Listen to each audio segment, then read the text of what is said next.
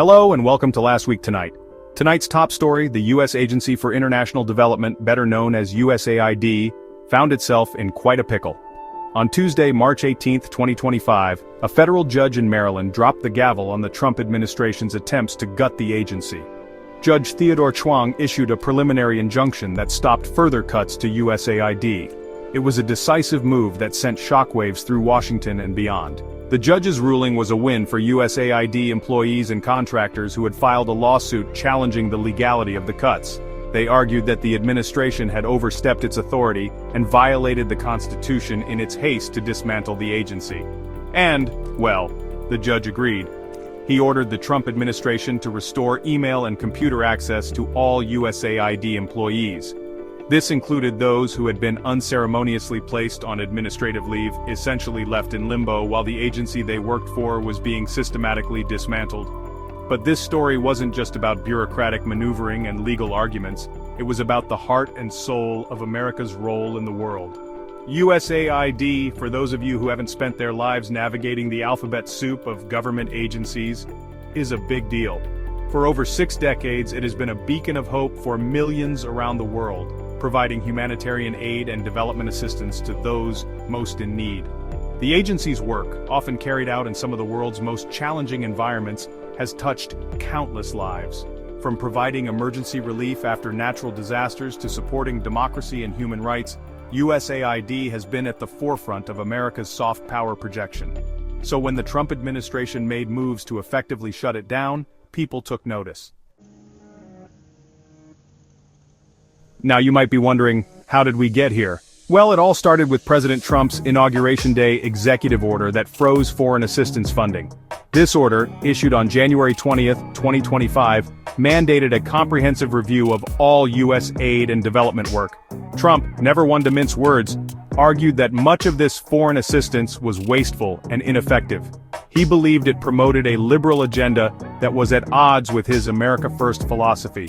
Enter the Department of Government Efficiency, or DOGE, as it's known in the halls of power. This newly formed department, headed by none other than tech mogul Elon Musk, was tasked with streamlining government operations and, you guessed it, finding efficiencies. Musk, known for his ambitious ventures with Tesla and SpaceX, brought his signature brand of disruptive innovation to the federal government. However, his involvement in the USAID shutdown raised eyebrows and sparked accusations of overreach. Critics questioned whether a tech entrepreneur, no matter how brilliant, was the right person to oversee the dismantling of a humanitarian aid agency. Musk, in his typical fashion, remained undeterred by the criticism. He defended the USAID cuts as tough but necessary measures to eliminate waste and inefficiency.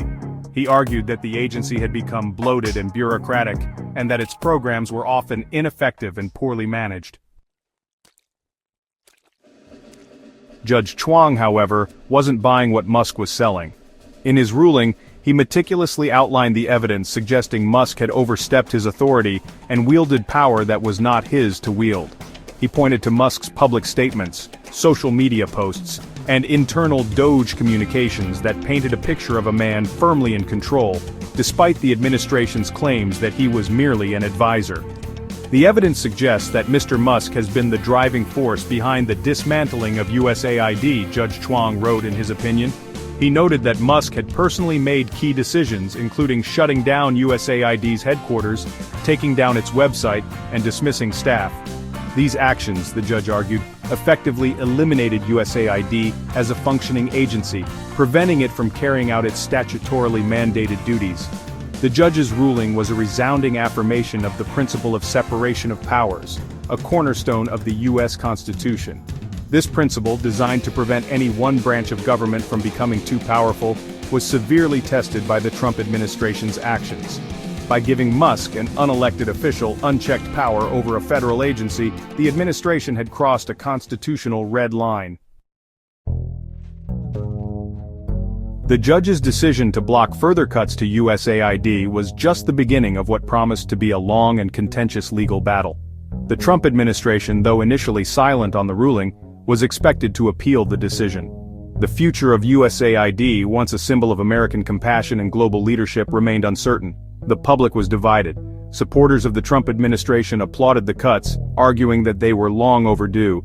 They saw USAID as a bloated bureaucracy that wasted taxpayer dollars on ineffective programs. On the other hand, the decision to gut USAID was met with dismay and anger by many.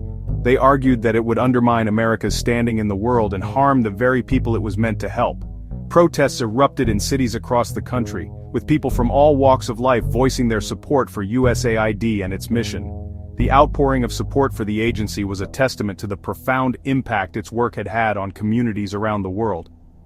The battle over USAID was more than just a legal dispute. It was a reflection of a deeply divided nation grappling with its role in a rapidly changing world.